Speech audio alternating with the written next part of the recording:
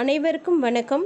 நாம் இன்று இந்த பதிவில் மூச்சு திணறல் மற்றும் நுரையீரலில் தங்கியிருக்கும் நாள்பட்ட சளி, இருமல் போன்ற பிரச்சனைகளுக்கு ஒரு சிறந்த வீட்டு வைத்திய முறைதான் பார்க்க போகிறோம். அதற்கு நாம் 2 வெற்றிலைகளை எடுத்துக்கொள்ள வேண்டும். இந்த வெற்றிலையின் நுனி பகுதி மற்றும் அடிப்பகுதியில் இருக்கக்கூடிய காம்பு பகுதிகளை நீக்கிவிட வேண்டும்.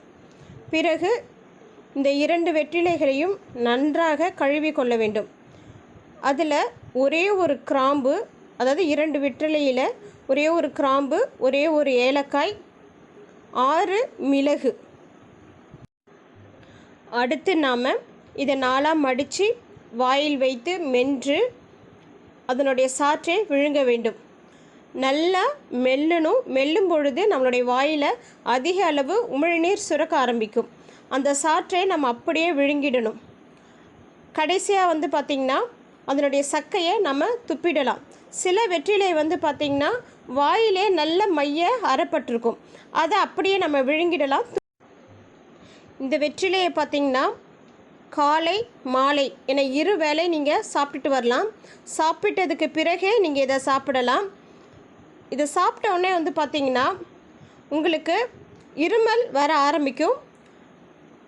மூச்சு விடும் பொழுது ஒரு மாதிரி சத்தம் கேட்கும், அதாவது கருகருன்னு ஒரு சத்தம் கேட்கும். இதெல்லாம் தான் சளி கரையிறதுக்கு ஒரு அறிகுறி. இது ஒரு வகையான வீட்டு வைத்திய முறை. இதே வெற்றிலையை வைத்து இன்னொரு வகையான வைத்திய முறையை நாம் பார்க்கலாம்.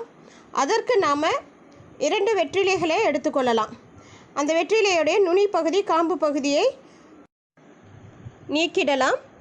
இப்போது அந்த வெற்றிலையை நாம் கைகளாலே சிறு சிறு துண்டுகளாக பிச்சு எடுத்துக்கலாம். அடுத்து ஒரு பாத்திரத்தில் 2 டம்ளர் அளவுக்கு தண்ணீரை நம்ம சூடு பண்ணிக்கலாம். இப்போது நாம் பிச்சு வச்சுருக்க இந்த வெற்றிலைகளை இந்த சுடு தண்ணீரில் சேர்த்துடலாம். இது கூட ஒரு சிட்டிகை அளவு மஞ்சள் தூள் சேர்த்துக்கலாம். இப்போது ஒரு கல்லில், அதாவது நம்ம மிளகு சீரகம் இடிக்கிற கல்லில் 15 மிளகு, சிறு துண்டு இஞ்சி, 3 கிராம்பு, இதை நம்ம நல்லா இடித்து எடுத்துக்கலாம்.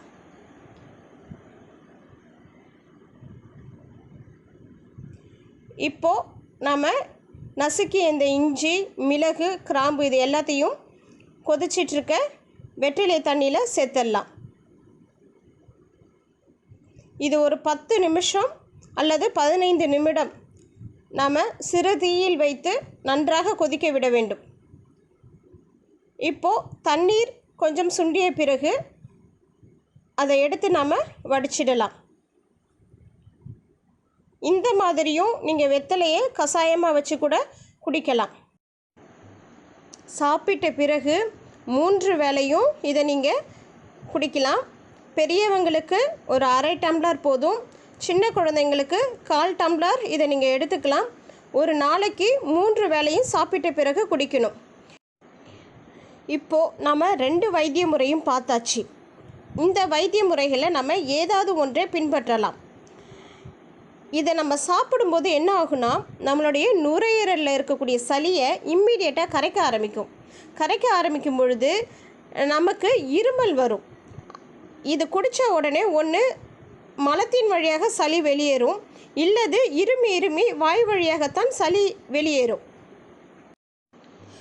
வாய் வழியாக வெளியேறும்போது இருமல் கண்டிப்பாக அதிகம் இருக்கும்.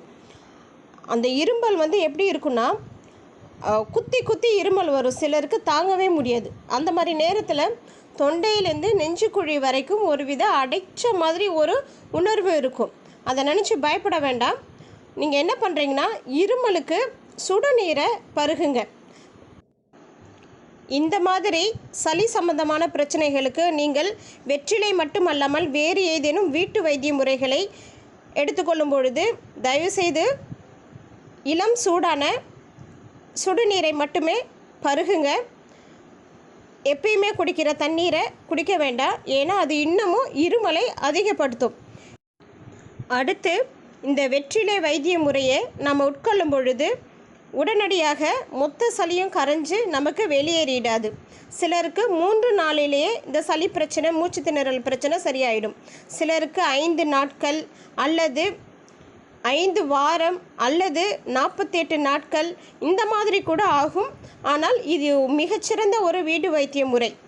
அப்படி இந்த சளி வெளியில் கரைஞ்சி வரும்பொழுது சில நேரங்களில் தலைவலி உருவாகும். அங்கங்கே சளி கட்டிக்கிற மாதிரியான ஒரு உணர்வு நமக்கு ஏற்படும். அதற்கு இன்னொரு வைத்திய முறை, ஒரு பாத்திரத்தில் 2 ஸ்பூன் அளவு தேங்காய் எடுத்துக்கலாம். அந்த தேங்காயை நம்ம மிதமாக சூடுபடுத்தி கொள்ள வேண்டும். அதில் ஒரு கற்பூரத்தை நம்ம போட்டுடலாம். இப்போ பார்த்திங்கன்னா தெரியும், முதல்ல இந்த கற்பூரம் போட்ட உடனே சில குமிழ்கள் அந்த கற்பூரத்தை நோக்கி போகும். அடுத்து கொஞ்ச நேரம் பார்த்திங்கன்னா கற்பூரத்திலிருந்து சில நீர்க்குமிழ்கள் வெளியேறுவதை நம்மளால் பார்க்க முடியும். இப்படி காய்ச்சினா தான் இது மிதமான சூட்டில் இருக்கிறதா அர்த்தம். நீங்கள் எண்ணெயை ரொம்ப சூடு பண்ணக்கூடாது. மிதமான சூட்டில் இந்த கற்பூரத்தையும் தேங்காய் எண்ணெயும் நம்ம காய்ச்சணும். உங்களுக்கு பார்த்திங்கனாவே தெரியும், மிதமான சூடாக இருந்தால் கற்பூரம் அங்கங்கே ரவுண்ட் அடிச்சுக்கிட்டே இருக்கும்.